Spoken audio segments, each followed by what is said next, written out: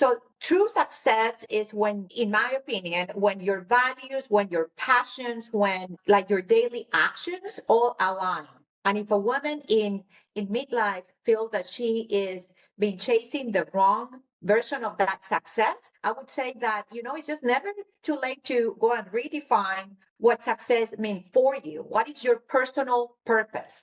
But you need to redefine that first, right? So that then you can actually go and try to fill that out, find out what that impact is going to make, and then you're really going to feel fulfilled and that you're going to feel successful. So I think we need to ask ourselves, what brings you energy, right? What makes you passionate? What is that legacy that you want to leave for others? And what is the impact that you want to make in other people's lives, in your communities, in your household, or even within the people on your team? Welcome to the Double Down podcast with Dr. D.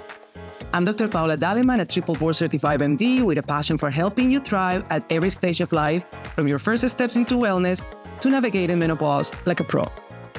Whether you're tackling weight, mastering menopause, or leveling up your health, this is your go-to space for transformation.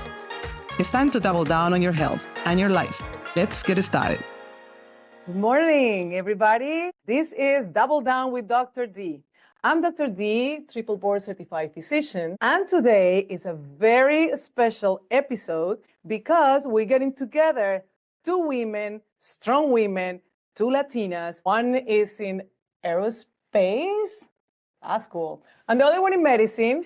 But here we are having a very deep conversation on resilience, self-discipline, and achievements. Perfect to apply to our midlife. So we have Adriana Ocampo. Adriana is an industrial engineer, entrepreneur, author, investor, 28 years of experience in the aerospace industry. She's the founder of TIA, which is an organization that is dedicated to empower entrepreneurs to reach their business goals. Welcome, Adriana Ocampo Sr., to my Double Down podcast. Dee, thank you for the invitation to be here. What an honor. And I'm so looking forward to the conversation we're going to have today. It's a pleasure to see you. So it's awesome to see a woman that is going so far in life, and what success, it just comes out of your pores. So let's just start with the conversation of success and what it is, because it's not that easy. So if I ask anybody walking on the street, they will tell me success, it just reflects in what you've been achieving in the future. Or financial success, titles, accolades. In truth, once we arrive to midlife, we start questioning that definition. Do you believe that maybe we have the wrong version of what success is? What do you think? What's success and what's really walking with purpose in life, Adriana? Yeah, I think that success means something different for everyone, right? Because we have different goals in life. I used to define success by milestones when I was younger. My degrees, my promotions, the leadership roles that I had in my corporate life. But over time, I think I realized that success isn't about these external validations. It's more about the impact and the fulfillment that those activities and those things that you do actually have over others, and then what those goals are in life for you. So true success is when, in my opinion, when your values, when your passions, when like your daily actions all align. And if a woman in midlife feels that she is been chasing the wrong version of that success, I would say that, it's just never too late to go and redefine what success means for you. What is your personal purpose? But you need to redefine that first, right? So that then you can actually go and try to fill that out, find out what that impact is going to make, and then you're really going to feel fulfilled and that you're going to feel successful. So I think we need to ask ourselves, what brings you energy, right? What makes you passionate? What is that legacy that you want to leave for others? And what is the impact that you want to make in other people's lives, in your communities, in your household, or even within the people on your team? And then shift that from kind of like proving yourself to actually fulfilling yourself. So I think that's the difference in the mindset. You just touched a very important point. It's how you can make others look at you successful is a total different way of, am I successful? So the way how you're describing, it's almost something that is in the future. So this is me going through certain moments in my life, decades I arrive, and then I make a stop and then I go and look backwards and say, is this aligning with my purpose? And if it is, I can say I have been successful. So I'm just putting it in a very simplistic way. But what it is very important about that is like, this is a component on the middle of our life, and we call the midlife. And again, I'm trying to avoid the word midlife crisis and more like the midlife transformation. Why? At one point in our lives, we stop and we start re-questioning everything that we've been doing in our life. So it's interesting that I'm trying to catch from what you just answered, that it is the answer behind what is success is something that you will question yourself in the future based on the things that you've been achieving through different specifics in your life. And that could be an amazing message for young people, because when you're young and the number of experience that you're having, I'm just generalizing here, but when you're in your early teens, mid-20s, and you are imagining your life in the future and successful, you are not measuring success out of your achievements of what is aligning to your purpose and what it really fulfills you as a human. You are more on, how do I going to look successful to this society? And we also need to think that our priorities also shift over time, right? So our priorities when we're in our 20s are different than when we are in our 30s and 40s. So I don't think that we need to stop. I think we just need to think that success is not a finish line, right? You have your different priorities, you have your different goals, you have your different purposes, right?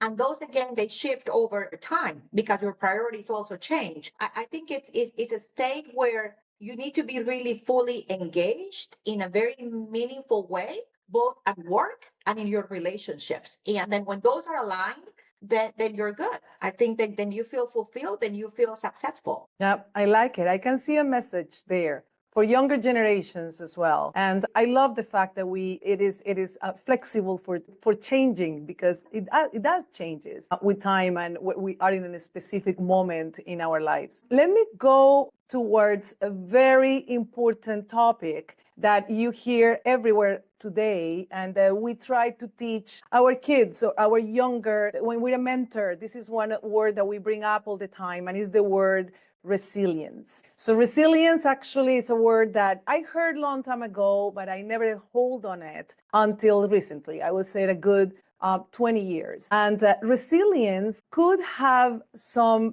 possibility of misunderstanding, because many people might believe resilience is just resisting. And the other word that it can be part of this family is the perseverance. You, Adriana, that you wrote a book, which is, I really enjoyed the book. It's an awesome guidance for moving on this path. We comment on the perseverance and resilience. I add on the resistance because especially many of us women achievers, we think that being in this environment where we are in an ongoing, I don't want to say a fight, but let's say we're in an ongoing defensive state to continue on the path, making sure that we are at the level of competing, and especially when there's male-defined fields. I feel that resistance is not just simply holding on to see how much your body can hold on until it breaks, versus resilience, which is a mindset.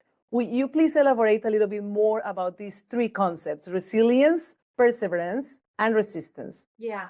I love what you were saying, because I tell you, I faced my share of setbacks, right? So there's been many times when I was overlooked, when I was doubted, when I was challenged. And I think the turning point was realizing that these setbacks, they're not stop signs, right? They're a point for you for recalibration. And so talking about resilience, to me, resilience isn't about avoiding the failure, because it's going to happen in life, right? But I think resilience is more about learning from those failures. What was the learning? What am I going to do with this? And how I'm going to react and move forward. So instead of asking yourself, why is this happening to me? Why don't you ask yourself, what is this teaching me? What have I just learned about this setback? What am I going to do about it? What am I going to do different moving forward? So you were talking about us being in a male dominated field. So I think that for us women who are working in these male dominated fields, we often feel that we have to be perfect to be credible in our industries, in our sectors. But growth really happened in a kind of like in a messy middle, right? So it's when you take the risk, when you fail forward, but you come back stronger. So I think the takeaway here is that if you're resisting those setbacks, that is just going to drain your energy, right? So I think we just need to embrace them because they're going to fuel our growth, right? They're inevitable, they're going to happen. But what we learn from them, how we move forward, is actually what is going to give us that energy to grow. That would be my takeaway from it. I love that. Yes, the whole setback as a point of learning more than a feeling of failure, which is what happened to many of us, especially the more high achievers we are, and obviously the more we expose ourselves out there to different challenges, the more the possibilities we're going to have to fall. And but it's the importance. I heard once that the difference between the winner and the loser is time of recovery. So that totally applies to what you're explaining. It's how long it takes you from standing up and say, okay, I'm not going to fall again into the same circumstances because this is a learning experience to continue in this path out of that specific fall without seeing it a failure. And I love that as an ingredient for resilience. I want to add on to this that the reason what we're talking about resilience and women is because in general, where we are right now in history, it is a place where we're minority and we see maybe not in all the circumstances and industries, but we can see how there is a diminished place for us to be in comparison with our counterpart male. We gain a lot of rights, but we are in that sympathetic kind of focusing, always like alert state when we're trying to behave in these fields, so that the resilience become almost natural on us, but not to get confused on just stand up and continue walking. Is not about resisting. It's not about absorbing the maltreatment and just like, we just didn't pay attention to this maltreatment or this comment and continue our path. It's more about let me just have a little bit of a thought about it and see what kind of learning I can bring up from there and apply later on. So that will make us stronger. So resilience will bring to strength. Let's change gears a little bit since we're talking a little bit on focusing and being strong, and let's talk about self-discipline. I was very curious because in your book, you bring up the self-discipline as a skill that is essential to achieve your goals in life, whatever those goals are. Self-discipline is actually a very interesting conversation because what is indeed self-discipline first? And second, how do you promote self-discipline? Is this a little seed that is being given to you genetically and it's up to you to put some water and give it the perfect sunshine to grow, and that's self-discipline? Or is something that one day you're walking on the street and say, you know what? I need self-discipline. I'm going to just go and grab this little piece of a branch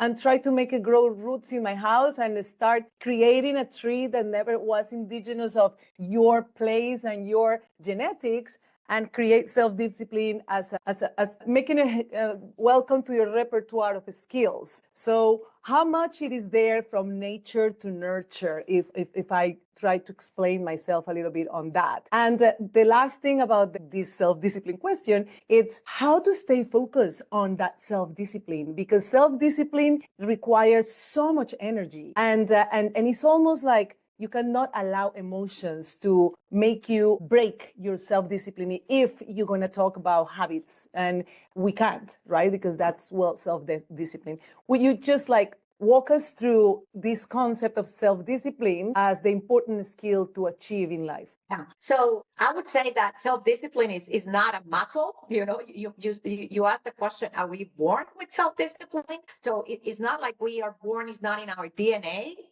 It's not a personality trait. I think that in my case, it's not like I was born disciplined. It's something that you have to develop by showing up, even when I didn't feel like I want it to show up, right? So I think the key is really creating that structure, and you need to set these non-negotiable goals. You need to remove those distractions that are not allowing you to get to that end line, to that goal that you set up for yourself. And it's building those habits that actually align with that bigger vision that you have, which is what you want to accomplish. That is your goal. So if you have a struggle with discipline before, I think that you need to start small, because success to me isn't about intensity. I think it's more about consistency. So stay consistent, set up some goals, set up some small steps, and then make sure that you just create that habit, you build a habit and stay consistent with it. So some people talk about willpower. I don't think discipline is willpower. To me, it's more about creating a system and creating some commitments and stay true to those commitments, what is really important to you. So I don't think you're born with it. I think that you just have to set up those habits, make those commitments, set up those goals, and then make the steps and the small steps to actually get there. And once you actually set up those milestones and then you reach some of those milestones, then you celebrate them, right? So you see that you're making accomplishments towards that end goal that you have in mind, and then that gives you some motivation to actually be able to continue forward. But I don't think we're born with it. I think that we actually need to develop it. I love that, because that gives a lot of opportunity for people to invest on their self-discipline, which it does requires some effort. It requires some focus. So it's more nurture for you, which I like it. What about your family nest? When you've been taught in your very early years about discipline, do you think that plays a role? Absolutely. You and I were having a conversation earlier about the structure, and it's so important to have that structure at home. I think many parents today are just leaving that for the school, for the teacher to create that structure and that discipline. I think that it starts actually from home, right? Is having the consistency in what your role is in your house, the consistency of, this is the role that you play here. This is when we have dinner, then you have to go to school. You have these chores that you need to run.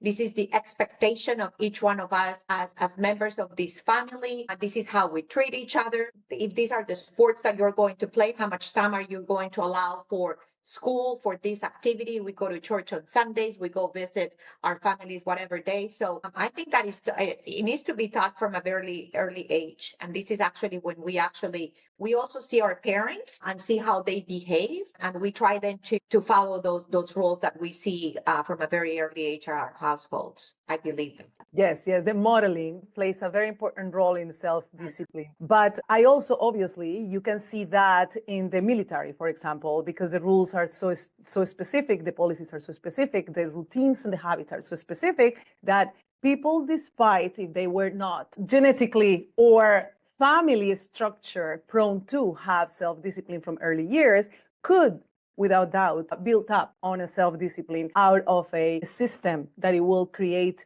that for the human, and the human start creating those specific habits that can apply. The beauty of self-discipline is self-discipline can be applied in any kind of situation in your life. You can do it going. Absolutely.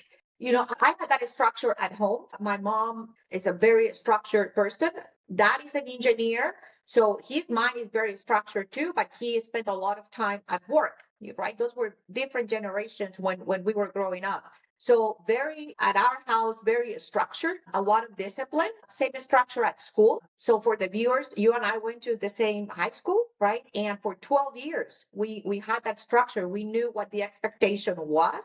So I grew up with that kind of a structure, that kind of modeling. And once I graduated from college and I went to work into the aerospace industry, I actually went into the defense side of the house. So I worked with a lot of people who were either in the military or who had been in the military. And oftentimes people ask me how that transition was, how I felt being many times the only female, the younger on my team. And I don't think it felt that awkward, also because I already came with that self-discipline, structured mindset since a very early age. Yeah, yes, very. And it's interesting how it is what surrounds us and what community does that it creates the exact map for our self-discipline. And that brings me to the next question to you, and it's about creating a networking. So in your book, Conquering, you talk about the importance of networking. I have some questions about what's really networking versus what's really creating community. Because in this world, with the word networking might just going to sound more like a transactional,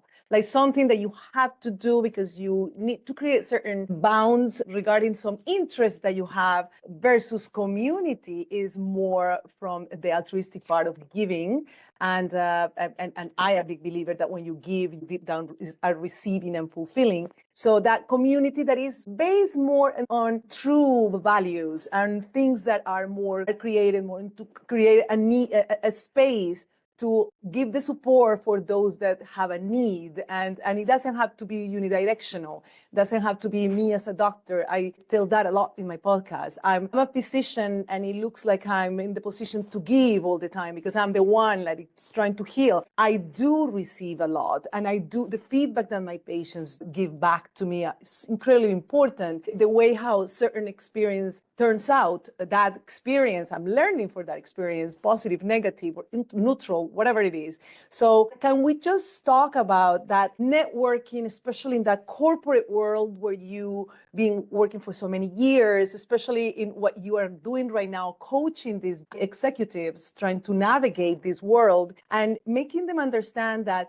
maybe networking is different than community creating, or maybe for you is the same thing. But can you just please explain to us and the listeners the difference between or the alikeness between? Yeah, so this is a concept that oftentimes is mentioned, and is the importance of having mentors, the importance of networking. And more than telling this to the executives that I coach, I tell this to my younger mentees, and is that networking feels transactional, like you said, but it's when it's one-sided. Community is actually built on relationships, right? Not on requests. Not on requests. Can you give me 15 minutes on your calendar because I have a need and I need to talk to you? So I think it's important to really nourish those relationships once you create them, and that takes work, right? It's not one-sided.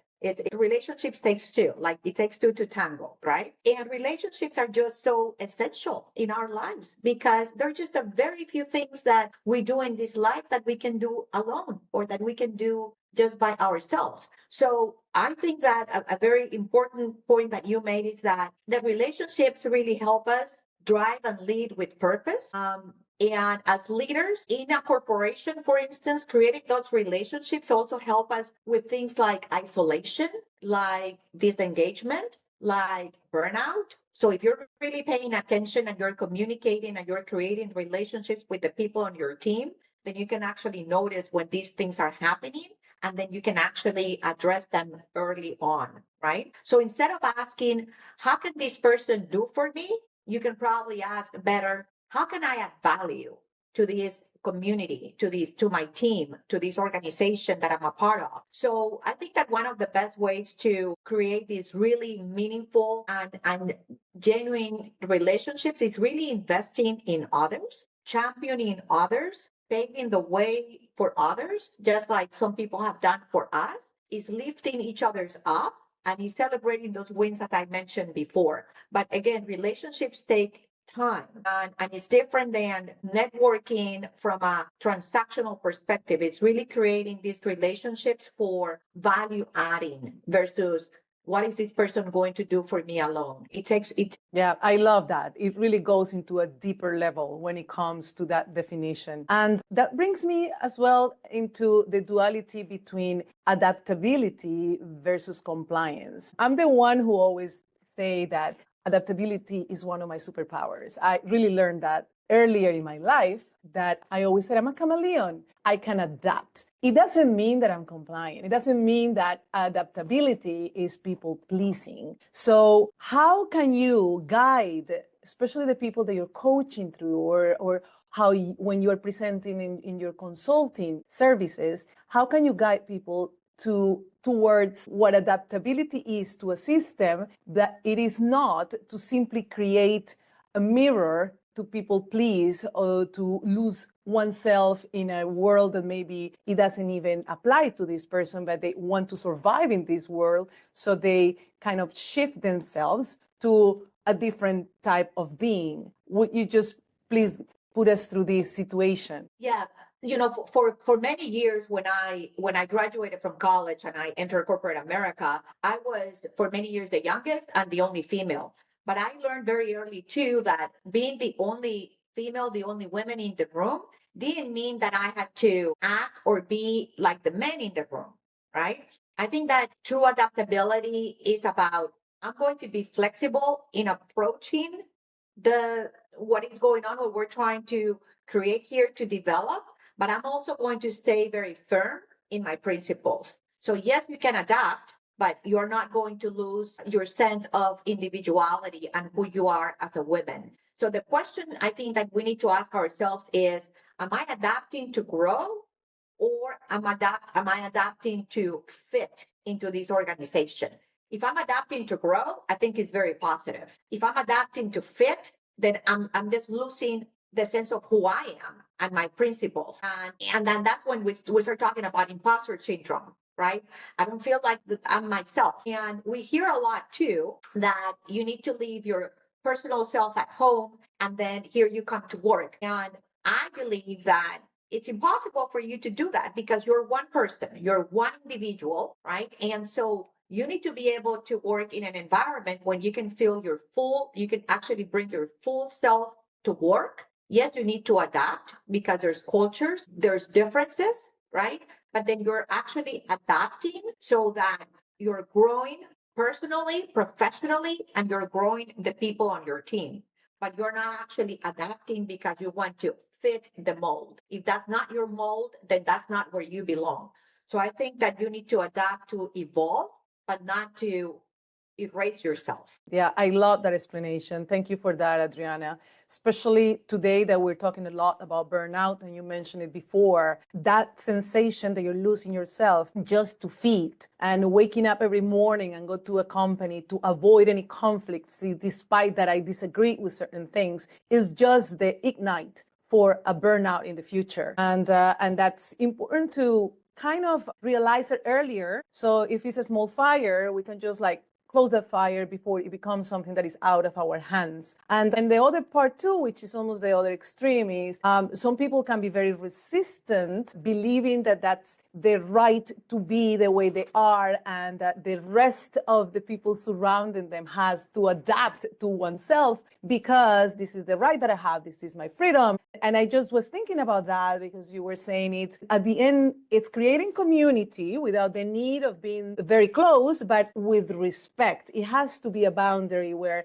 this is where you believe, your personality, the way how you walk, smell, and sneeze. This is so you, and I have to respect it. And I don't have to be adapting to your tick, but I don't have to be I don't have to have a bad conversation and lack respect to you when I'm telling you, hey, you're bothering me with your clearing your throat all the time. So this is little, and I'm just making an example of simple things that it can be extrapolated to bigger things. But and we're talking about the work environment, which is so important because it's all these colleagues that you interact every day. And in a country like the United States, where so much different cultures, different countries, different ways of socialization, the adaptability skill and with the good definition of what adaptability is, I continue believing is a superpower. Yeah, absolutely. And when I was growing up, I remember my mom always telling me that my rights ended when the right of the other person started. So we have to understand that, yeah, we have rights as individuals, but then we also, as you mentioned, we live in a community and it's a diverse community. So I think that the more that we understand about one another, help us be more respectful, right? And we can also agree to disagree, but let's have that conversation and let's understand one another. Again, it doesn't mean we're going to become best friends. It doesn't mean that I'm going to believe in what you believe, but I'm going to respect the person that you are and what you bring to the table. And it might be different than mine, but those diverse ideas are what made this world beautiful. So we just need to really understand one another, but take the time to understand one another before judging, before running to any conclusions. Let's listen and understand and learn from one another. Correct. Let me change gears here and let's talk a little bit about the power of mentorship. And you mentioned just a few minutes ago about your mentees, because I know that you are a big mentor to others, and you also had mentors in your life, which you totally recognize that they are helping you to go in your path, pave your path, and succeed. So can you just give us a little bit first, explain to our listeners that beautiful program and that beautiful initiative that you've been having with helping women, young women that are interested in educating themselves in the STEM careers, and how you consider yourself a sponsor of that initiative, and what mentorship has to do with that, and what's the difference between mentorship and sponsorship, and a little bit your own story about being a mentor and a mentee. So I'm going to tell you, I love this conversation and I love this particular topic. Throughout my career, I've been so fortunate, Dr. D, to have had mentors, sponsors, allies, advocates. And there is a difference between what a mentor is versus one, ally is. Mentors guide you, sponsors lift you. So there is a difference. And we can, and let's talk about that. But I'll tell you that even from a very early stage in my career, these mentors who were also my advocates, they taught me what you have to do. So one thing is, I remember this clearly, what you have to do, but then more importantly, what you have been called to do. What's your calling? And that gives you a different perspective, because one thing is, yes, here is career. Yes, we talk about goals and discipline and being resilient and achieving those goals. But then when you ask yourself then, so what have you been called to do? What's your calling? That takes you to a different level. Now you need to think about your community and start giving back to your community. And this is in my late 20s. So these ladies really had a lot of influence in me. They still have a lot of influence in me today. So I think that one of my biggest career shifts happened because these ladies and these sponsors believe in me before I even believe in myself. So I became a manager before the age of 30. So a mentor gives you advice. A sponsor is the one who is going to open the doors for you because they lift you up. They are at the table when decisions are being made, and they're going to put your name down for the next opportunity. So my advice is, do great work. Yes, you need to do that, but then you also need to advocate for yourself. You need to speak up about your ambitions, about what is that you want to do. And in order for you to do that, then you also need to nurture those relationships, as we were talking about before. And they need to be with the people who can actually champion your growth, right? So this is the importance about the networking that we talked about before, finding the mentors who are going to help you, guide you, but then also find those sponsors that are going to lift you up. And the only way that they're going to do that is if they believe in you and if they know who you are and you have a relationship with them. So it's not who you know, it's who knows you. So I think to me, that's the difference. Then you talked about the scholarship. So I've also been very fortunate in being able to accomplish many of my dreams. And one of them was actually to come here to the US to get my studies in engineering. So my dad is an engineer. My mom, very proudly, I'm going to say, mom is actually Colombia's very first female marine zoologist. So mom is 80 years old today. So back in the day, a lot of women didn't go to college, and those that didn't go to college for those type of careers. And they're both actually a product of the public system, a school system in my home country of Colombia. So what I wanted to do with this scholarship that I created last year was recognize the hard work of my parents. And with the cost of education here everywhere, what I would like to do with this scholarship is give the opportunity to women that want to go into STEM careers, into science, technology, engineering, or mathematics, the opportunity to actually get that education if finances is what is stopping them to actually get their dream to go to college, to get the education that they need to then transform the world. So show them that the possibilities are endless when you really work hard at what you want to accomplish. I love that. You are just working on the legacy that you're going to leave behind. That's so fulfilling as a human being. Just living, it's like it's part of the purpose, and that's a beautiful initiative that you have. Where do we find mentors, and where do we find sponsors? How do I put myself out there to let them know that I exist and what is my objectives, purposes, and what I'm ready to act on?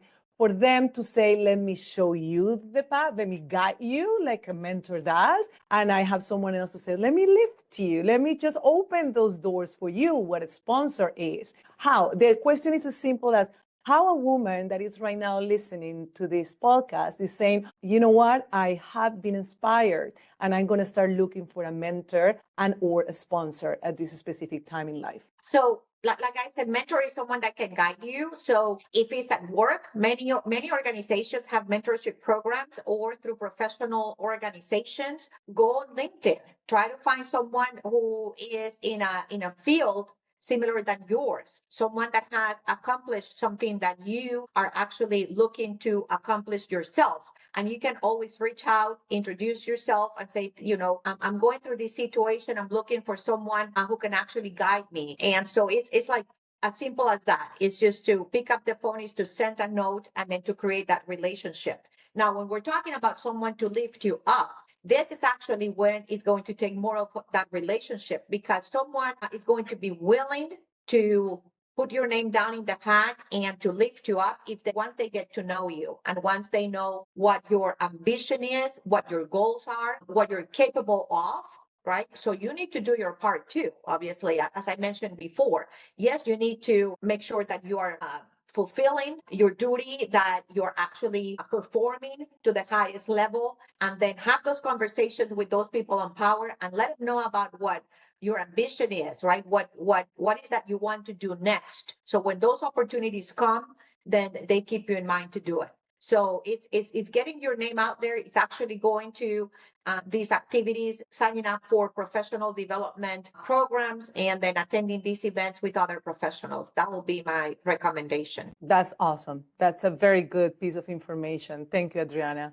And talking about this process of creating your path and making your dreams a reality. Just going back into your book and before wrapping up this conversation, how someone who has a dream, which is considered an abstract type of idea, right? A dream is an abstract idea that you have, can take small step, actionable plans to arrive to an objective. How do you, this is just almost what I'm asking, the process that you are doing as a coach to help someone to create a reality of something that is abstract to be concrete and being achieved? Yeah, I think there is a process, but you need to break it down into smaller wins, right? You need to be specific. You need to set deadlines. But more importantly, you need to build accountability. And that takes discipline, as well as we were talking before, because dreams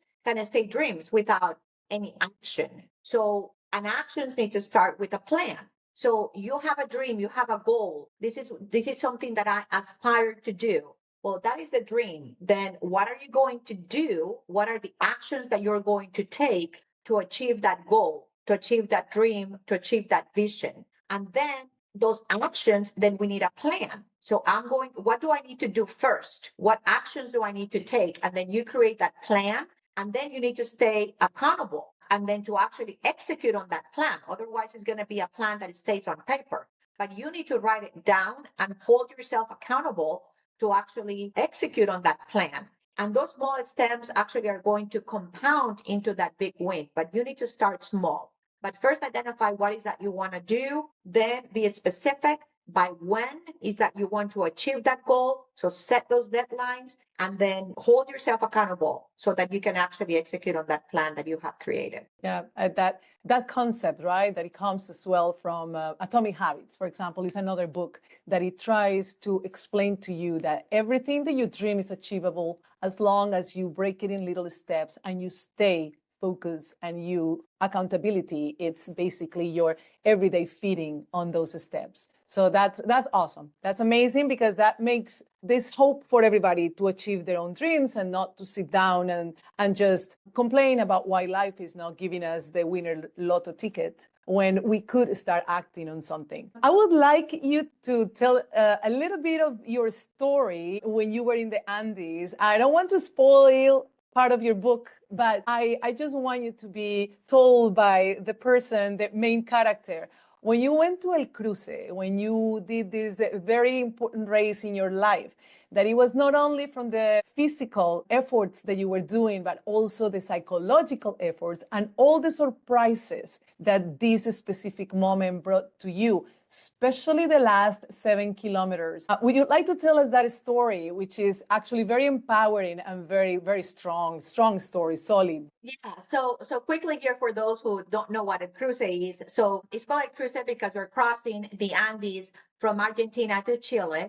So it's a 3-day hike. It's 100 kilometers. And so this is day 3, and this is after I had already conquered the highest peak. And then I only had 7 kilometers left to the finish line. And as Dr. D mentioned, I was exhausted. I was in a lot of pain. One of my knees was just killing me. My right knee was in a lot of pain. And I got to the aid station and I kept telling my mind, because remember, our minds are neutral. So we are the ones who feed the information to our minds. And I started telling my mind, I'm done. This is day 3. I already conquered the highest peak. It's only 7 kilometers left. I'm in a lot of pain. I'm done. So I basically shot myself down once I got to that aid station. And I told them, if it's possible, can you call someone and then just have them pick me up here and then take me to the finish line? Because my knee hurts a lot. And so at the end, they said, it's only 7 kilometers left. You know how many people had to drop off in the last 3 days? You're one of the few who got all the way here. And from here on, it's just flat. It's just flat lines, flat land. And it's only 7 kilometers left. And so one of the people on the aid station just touched my knee and he said, you're fine. You don't have a fracture. You don't have anything. Yes, you're exhausted, but it's only 7 kilometers left. You got this. He put something on my knee, but more importantly, he put something positive in my mind, right? So he lifted me up from where I was, from all these negative thoughts, and I put a wall in front of me that said, you can no longer move on. You're done. And he said, no, you're not done. You have the last 7 kilometers. You go, girl. After this, you're done, right? You're one of the few. So he really lifted me up. And as if he had given me a pill with, I don't even want to know, I don't want to say, but it's like if he has given me all this energy and then I just went on and I started running like if there was no tomorrow. And the beautiful thing about this too is that once I was so close to the finish line, I saw this man who could hardly walk and his wife was helping him.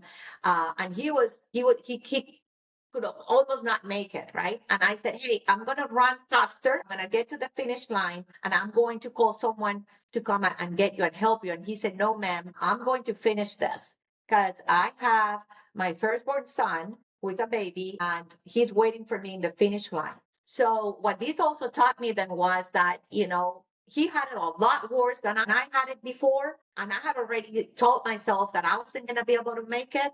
And here he was struggling, but he wasn't willing to stop because he had an end in mind. And that was his firstborn child who was waiting for him.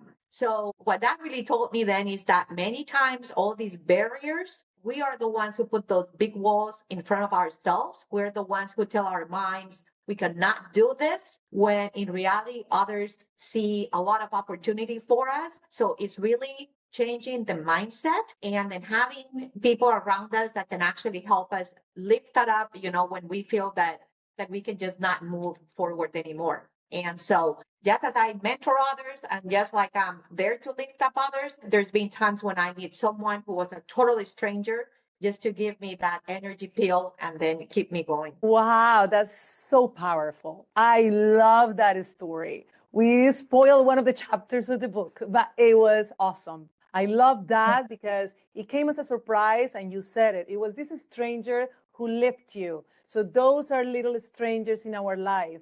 You can call it angels, you can call it a guide in on this earth, and we're there. We're surrounded by them. The second part is perspective. How perspective, everybody has a different perspective. We just assuming everybody has the same optic and everybody's using the same glasses, and it's not true. Everybody has different perspectives on and different goals and how to achievement. Like the person who was holding on his wife and wanted to make it until the end. And this is beautiful. It's like, it shows us how we humans, we are such a specific beings, so strong, so resilient, so adaptable, so ready to achieve success, and success meaning defined as an individual. Networking, sponsorship, lifting, open opportunities for you, guiding you. All this is part of this life and this path. And I think we're arriving to the end of this conversation, Adriana. To finish, my closing conversation to you is, I would like you to leave for women who are navigating midlife. Especially it's like right now I'm into this series of podcasts about midlife transformation, medical changes, obviously, going through hormonal changes and life changes, and how we're arriving to an age of a lot of wisdom based on all the experiences that we've been having in past decades. And so we start questioning, should we reinventing ourselves? And having a person that is so inspiring, like you and your life and how you've been deciding to live this life, which up to now, we know that we only have one life to live. I would like you just to give just a one piece of advice to these navigating women in midlife, and that just inspire them to tell them that it is never too late to redefine what success and achieving their dreams and making their dreams concrete. It's never too late to achieve that. It's never too late to rewrite your story, right? Because midlife is not a deadline. It's actually a launch pad. So it's never too late, right? I think my message is that you're right on time for the next version of you. This is the launch pad. It's not the deadline. If you've been waiting for permission to take that bold step, consider that this is it. We're giving you permission to go do it, right, Dr. D? This is now the time. Yes, let's go. You are free. So the world needs what only you can offer. Every one of us has this individual gift, and we're here for a reason. So we need that beautiful gift that you have for us to offer. So give it to us, please. And I tell you, after 28 years in corporate America, I actually, as an executive, I made the leap last year, just a few months ago, to leave corporate America and then to become an entrepreneur. When I'm doing the executive coaching, I wrote a book, I'm doing my consulting. Who would have thought that, after almost 30 years of being oneself, I now just recreated myself. I rewrote my story and I'm doing something totally different. I'm no different than you. So if I was able to do it, so can you. Love it. Love it. And waking up and, the sky's the limit, and we can always achieve new things, learn new skills, recuperate that joy, pay back like when we were playing as a kids and climbing trees. Absolutely. I love that. It's very inspiring, especially on these times, which are a little rough when it comes to community and the way how we relate together. But I want to say thank you so much for taking your time and doing this with me. It's one of my first podcasts that I'm not doing based only in medicine, although I consider this 100% an investment in wellness. This conversation is so empowering and powerful that it is adding to our mental health, and inspiration and creativity is part of our mental health. The plasticity of the brain, it rewires our brain. Our right brain is just right now awake and listening to this. So for all our listeners, thank you so much for being here. I'm going to ask Adriana to give you information on how to reach out to her, because lucky us, she's reachable and she can be a part of your mentor or your coach. So Adriana, please tell us how our listeners can reach out to you. Thank you. So I think that behind me in my background, you can actually find my contact information. There is my phone number. There is also my website, adrianaocamposenior.com. And you can find all my information there. Contact me. I'm also on LinkedIn. And so send me a note. Let's connect, and I'll be happy to help you. Let's have a conversation. Thank you for having me in your program, Dr. D. I'm energized as much as you are. So this has been a beautiful conversation, very empowering and very lifting. So awesome. And to everybody out there, please don't keep us a secret. Share my content. I do it from the bottom of my heart, free of bias, as evidence-based as possible, and continue listening to me. See you on my next episode. Bye, everybody. Bye.